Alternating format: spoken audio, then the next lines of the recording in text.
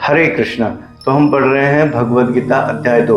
अब तक के श्लोकों में हमने देखा कि अर्जुन ने दोनों सेनाओं में अपने रिश्तेदारों को देखा, जिनमें चाचा, मामा, भतीजा, भीष्म पितामह, गुरु आदि थे।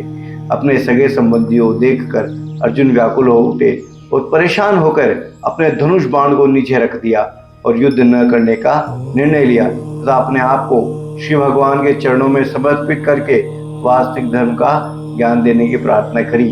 तब श्री भगवान ने कहा। तो अब हम पढ़ रहे हैं भगवद गीता अध्याय 2 श्लोक संख्या 11। श्री भगवान उवाच अशोचानन्व शोचस्त्वं प्रज्ञावादांश भाषसे गतासूनश्च नानुशोचन्ति पंडिता।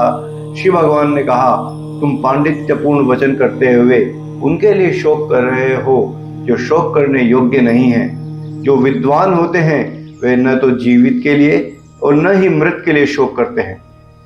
तो यहाँ पर भगवान ने तुरंत गुरु का पदभार संभाला और अपने मित्र को अप्रत्यक्ष मूर्ख कहकर डांटा।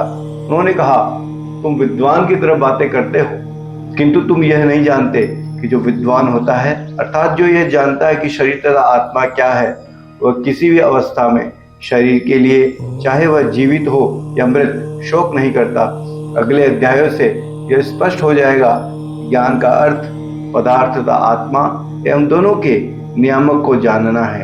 अर्जुन का तर्क था कि राजनीति या समाज नीति की अपेक्षा धर्म को अधिक महत्व मिलना चाहिए, किंतु उसे यह ज्ञात न था कि पदार्थ, आत्मा तथा परमेश्वर का ज्ञान धार्मिक सूत्रों से भी अधिक महत्वपूर्ण है। और चूंकि उसमें इस ज्ञान का अभाव था, अतः उसे विद्वान नहीं बनना चाहिए था। और चूंकि वह अत्यधिक विद्वान नहीं था, इसलिए वह शोक के सर्वथा अयोग्य वस्तु के लिए शोक कर रहा था। यह शरीर जन्मता है और आज या कल इसका विनाश निश्चित है, अतः शरीर उतना महत्वपूर्ण नहीं है जितना कि आत्मा है। जो इस तथ्य को जानता है वही असली विद्वान है और उसके लिए कोई शोक करने का कारण नहीं हो सकता।